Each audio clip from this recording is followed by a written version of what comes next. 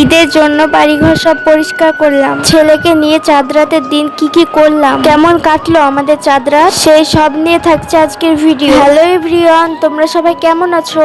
আশা করছি তোমরা সবাই খুব ভালো আছো, আর আমিও কিন্তু বেশ ভালো আছি। নতুন একটি ভিডিওতে তোমাদের সকলকে ওয়েলকাম জানাই। তো ভিডিওটি স্কিপ না করে পুরো ভিডিওটি দেখতে থাকো, আশা করছি তোমাদের ভালো লাগবে। তো চলো বেশি বকবক না করে ভিডিওটা শুরু করা যাক। এই ভিডিওটা হচ্ছে ঈদের আগের দিনের ভিডিও, মানে চাঁদ রাতের দিন। টাইম পাচ্ছি না, সেই জন্য তোমাদেরকে ভিডিও আপলোড করা হচ্ছে না। ভিডিও শুট করে তো রেখে দিচ্ছি, কিন্তু এডিট করার ফলে তোমাদের সঙ্গে শেয়ার করতে দেরি হয়ে যাচ্ছে। ঈদের দিন কি কি করলাম সেই ব্লগ ভিডিও আপলোড হবে, তো ভিডিওটি দেখতে হলে আমার পাশে থেকো। তো যাই হোক, দেখো ঈদের আগের দিন মানে চাঁদ রাতের দিন বাড়িঘর একটু পরিষ্কার করছিলাম। আমি একা না, মা, আমার বোন, আমি সবাই মিলে করছিলাম। আমি তো বেশি কাজকর্ম করতে পারবো না, এই টুকটাক যেটুকু পারি সেটুকুই করছিলাম। বাড়িঘর তেমন একটা নোংরা হয়নি, তাও ঈদের আগে যেহেতু পরিষ্কার করতে হয় তাই একটু ভালো করে নিচ্ছিলাম। ওখানে একটা পর্দা ছিল, সেটাকেও খুলে নিলাম ধোয়ার জন্য। এবার আমি দেখো ঘরে চলে এসেছি, আর বিছানার চাদরটাকেও তুলে নিচ্ছি, ধুয়ে দেবে সেই জন্য। দুই ঘরের চাদরটাই তুলে নিলাম। আর ওদিকে আমার ছেলেকে তো দেখলে, ও দোলনাতে শুয়ে ঘুম পাচ্ছে। তো সেদিন বৃষ্টি হয়েছিল, তো সেদিন মেঘলা মেঘলা ওয়েদার ছিল, তো অনেকক্ষণ ধরে ঘুম পাচ্ছিল। আমাদের বাড়িতে তেমন একটা মিষ্টি কেউ খায় না, আর আমি তো খেতে পাবো না, সেই জন্য একটা লাচ্ছার প্যাকেট আনা হয়েছে, ওটাই একটু ভিজানো হবে, তাও তো আমি খেতে পাবো না। আর দেখো ওই যে আমগুলো দেখালাম, ওই আমগুলো হচ্ছে আমাদের গাছে একদম গাছ পাকা আম, খেতে খুব স্বাদ, কিন্তু আমি তো খেতে পারছি না। একটু তোমাদের সঙ্গে শেয়ার করলাম। অল্প একটু ঝুল হয়েছিল, তো আমি ঝুলগুলোকে এখন ঝেড়ে নিলাম। ওদিকে কাজ করতে করতে দেখছি আমার ছেলেটা ঘুম থেকে উঠে পড়েছে, তো অনেকক্ষণ ধরে ঘুম পাচ্ছে। ওর তো অনেক খিদে পেয়েছে। ওর যখন অনেক খিদে পায় তখন ও ব্রেস্ট মিল্ক খায় না, অনেক চিৎকার করে, কান্না করে। কারণ আমার যেহেতু অপারেশন হয়েছে, সেই জন্যে ও তেমন একটা আমার ব্রেস্ট মিল্ক পায় না। অপারেশনের কারণে আমি অনেক পাতলা হয়ে গেছি, কড়া ওষুধ চলছে, ইনজেকশন, সেই জন্যে। তো ওর যখন খুব খিদে পায় তখনই আমি একে ফর্মুলা মিল্কটা দিই। ফর্মুলা মিল্কের সাথে তাল মিছরির গুঁড়ো একটু দিয়ে থাকি, কারণ যাতে একটু টেস্ট হয়।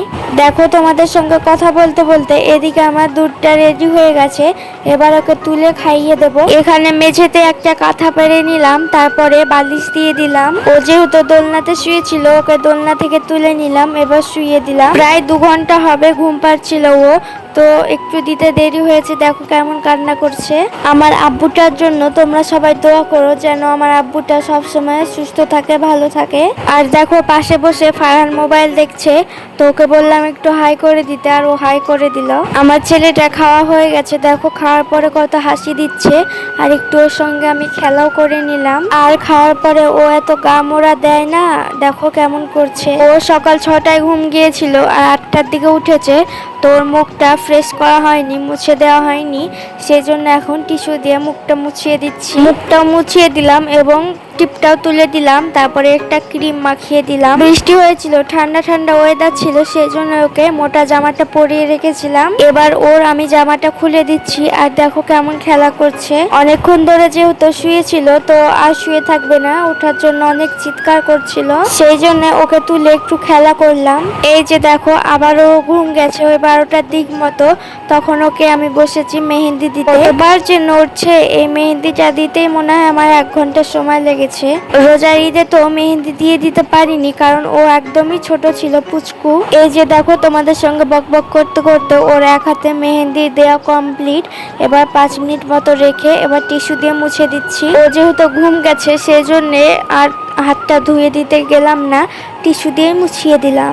এই যে দেখো এ হাতে মেহেন্দি দিতে গিয়েছে, আর ঘুম থেকে উঠে পড়েছে। তারপরে আবারও ঘুম দিয়ে আবার মেহেন্দি দিতে যাচ্ছি, আবারও উঠে পড়ছে। এভাবে কি মেহেন্দি দেওয়া হয় তোমরাই বলো। আর দেখো কেমন পুটুর পুটুর করে তাকাচ্ছে। তো কোনো মতো যুদ্ধ করে অনেকক্ষণ টাইম নিয়ে এই মেহেন্দিটা দিয়েছি, সেটা তোমাদের সঙ্গে শেয়ার করিনি। এই যে দেখে নাও ওর 2 হাতে মেহেন্দি কেমন হয়েছে, অবশ্যই কিন্তু কমেন্টে জানিও। তারপরে খাইয়ে দিয়ে ওকে গোসলটাও করিয়ে দিয়েছি। বিকেলের দিকে একটু গরম গরম লাগছিল, সেই জন্য ওকে বেবি জনসন্স পাউডারটা দিয়ে দিলাম পুরো গায়ে। আর জানো তো, ওকে যদি পুরো গায়ে ম্যাসাজ করি বা ওর মুখে ম্যাসাজ করি তো ওর অনেক ভালো লাগে, কিচ্ছুটি বলে না। মুখেও বেবি জনসন্স ক্রিম একটা মাখিয়ে দিলাম। তারপরে দেখো ওকে একটা টিপ পরিয়ে দিলাম, কাজলের টিপ। তো অনেক নোট ছিল, অনেকক্ষণ টাইম নিয়ে দেওয়া হলো। আর জানো তো, আমি যদি ভিডিও করি তো ওই যে দেখো ও শুধু মোবাইলের দিকে তাকিয়ে আছে। ফারহান আমাকে বলছে আমাকে কি মেহেন্দি দিয়ে দেবে না, আমার পুচকু ভাইকে দিয়ে দিলে। ওকেও বিকালবেলায় একটু মেহেন্দি পরিয়ে দিলাম।